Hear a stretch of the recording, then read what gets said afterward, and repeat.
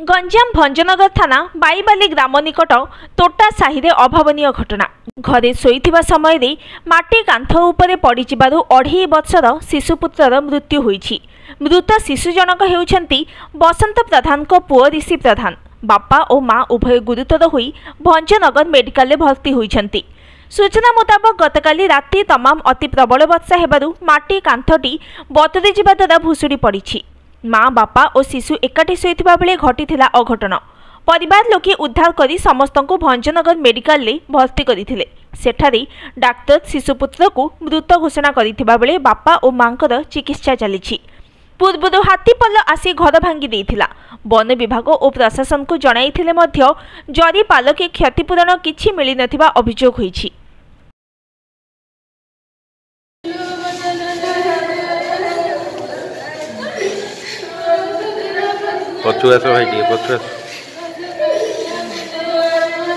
चललानी राति जाग बरसिकी बाड़ भुसुड़ी पिला को इनते आघात करदेला। इनते हम बोले आम जानी कि आमर तो घर द्वार नाई, घर द्वार हाथी महापुर भांगी देछि। आम सिमिति आका रोचु सैठे एबे हठात घर द्वार कण करी हबो कि रुआ बछा नागिछि। आम नथिबा नुक तासी नुक रुइले खाइबु नहले नाही। आज ई वर्षर तो वर्षा पानी छोट एबे रुआ चलीछि।